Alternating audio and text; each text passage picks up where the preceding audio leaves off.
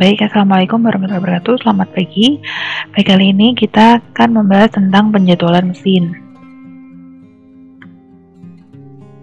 Jadi penjadwalan adalah suatu model pengalokasian sumber-sumber daya yang ada untuk melaksanakan sekumpulan tugas dalam jangka waktu tertentu.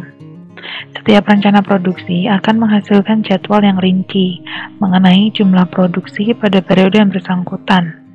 Keputusan yang harus dibuat ialah urutan pekerjaan apa yang harus dikerjakan terlebih dahulu, yaitu dengan menjadwalkan pekerjaannya.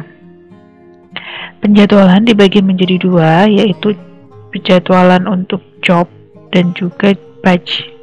Lalu untuk job sendiri dibagi menjadi dua, yaitu single stage dan multiple stage. Untuk yang single stage terdiri dari single machine dan juga parallel heterogeneous machine. Sedangkan untuk yang multiple stage terdiri dari flow shop dan job shop. Ini akan dibahas kemudian. Tujuan dari penjadwalan adalah meminimumkan average lateness, memaksimumkan lateness, flow time, WIP. Kemudian memaksimumkan utilisasi work center yang bottleneck. Peningkatan utilisasi sumber daya atau perakitan dengan mengurangi waktu menganggur. Hal-hal yang perlu diketahui di dalam penjadwalan adalah yang pertama, jumlah dan jenis pekerjaan yang harus diselesaikan selama periode tertentu. Hal ini tergantung pada rencana produksinya. Yang kedua, itu perkiraan waktu penyelesaian suatu pekerjaan atau processing time, yaitu untuk menentukan prioritas pekerjaan yang akan dikerjakan terlebih dahulu. Yang ketiga adalah batas waktu atau due date penyelesaian pekerjaan. Hal ini digunakan untuk memperkirakan keterlambatan yang akan terjadi, terutama untuk mengantisipasi denda atau penalti akibat keterlambatan pengiriman.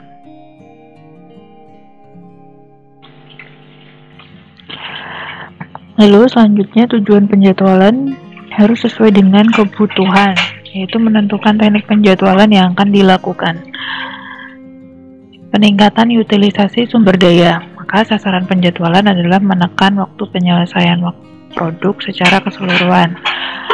Lalu tujuan yang selanjutnya adalah meminimasi jumlah persediaan barang dalam proses, yaitu dengan melakukan minimasi jumlah pekerjaan yang menunggu untuk diproses atau waktu alir rata-rata.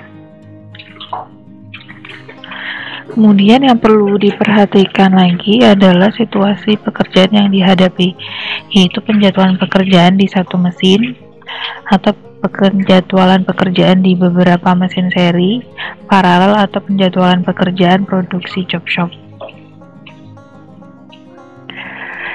Terminologi, jadi masuk ke pengertian processing time. Processing time adalah waktu yang diperlukan untuk menyelesaikan suatu pekerjaan yang di dalamnya dinotasikan menjadi I atau TI dalam satuan menit. Contohnya pekerjaan A, waktu prosesnya TA sama dengan 3 menit. Sedangkan pekerjaan B, waktu prosesnya TB dengan waktu 5 menit. Urutan pekerjaannya bisa AB atau BA, di mana jumlah waktu untuk menyelesaikan seluruh pekerjaan adalah sama, yaitu 8 menit atau di sini disebut sebagai max span. Nah, max span adalah jumlah waktu pemrosesan yang dibutuhkan untuk menyelesaikan seluruh pekerjaan atau disimbolkan dengan MS, yaitu total jumlah waktu proses. Jadi waktu proses pekerjaan ini keseluruhannya ditotal untuk seluruh jadwal. Dalam penjadwalan satu mesin, max span yang diperlukan untuk menyelesaikan suatu pekerjaan besarnya akan tetap untuk berbagai macam urutan penjadwalan yang dihasilkan. Lalu pengertian selanjutnya mengenai flow time.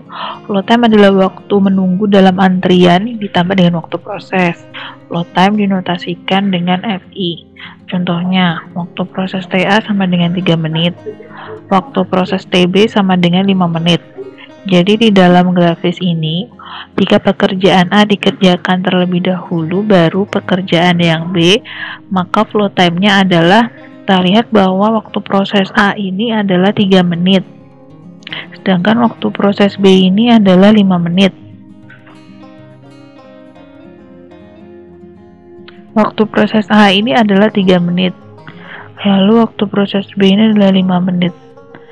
Sehingga flow time-nya adalah 3 menit sebagai waktu proses A, dan 3 ini waktu tunggu atas pekerjaan yang A ditambah dengan waktu proses dari pekerjaan B, sehingga flow time-nya adalah 11.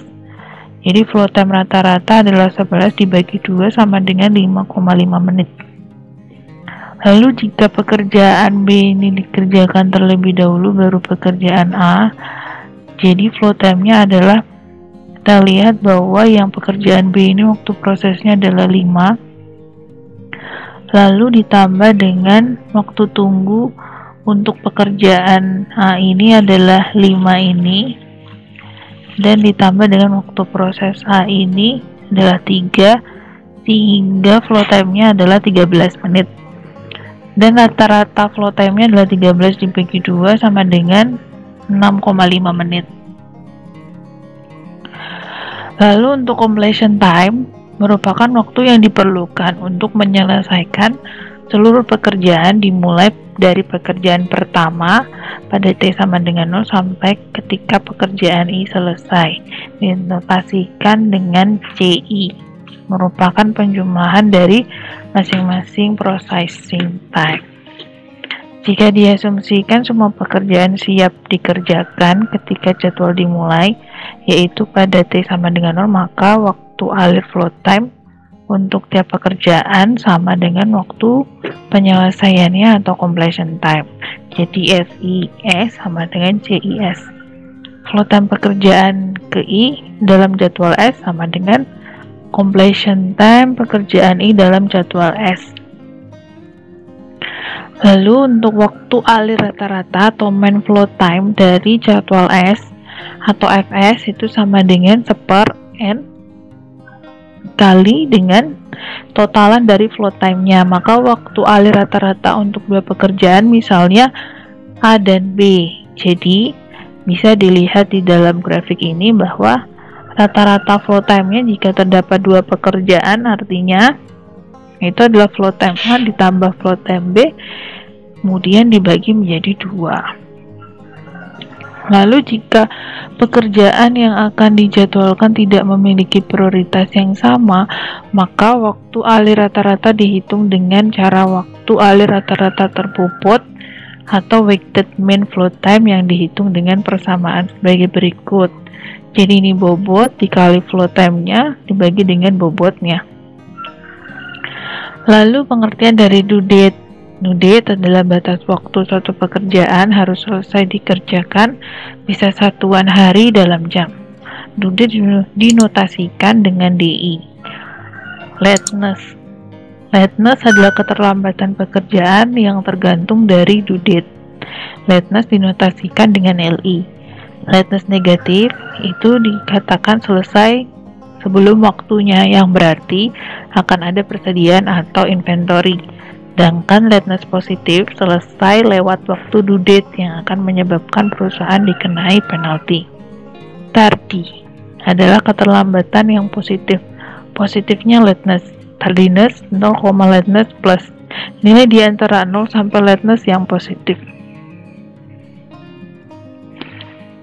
Oke, jika diasumsikan bahwa seluruh batas waktu due date diukur dari T sama dengan 0, maka lateness dan tardiness pekerjaan dinyatakan dengan LI sama dengan CI main due date, atau TI sama dengan maksimal antara 0 completion time dikurangi due date.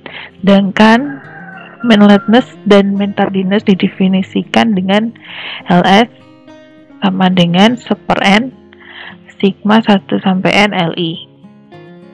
Lalu TS sama dengan 1/n sigma I sama dengan 1 sampai dengan n TI.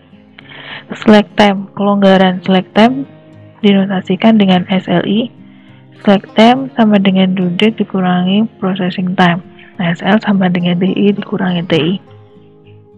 Sequencing atau pengurutan. Jadi dalam penyelesaian masalah penjadwalan itu bisa diselesaikan dengan sequencing, pengurutan, bisa dengan menggunakan metode priority rule, quickie, timing. Awal dan akhir tiap pekerjaan dihitung dengan berdasarkan pada urutan routing dan waktu proses.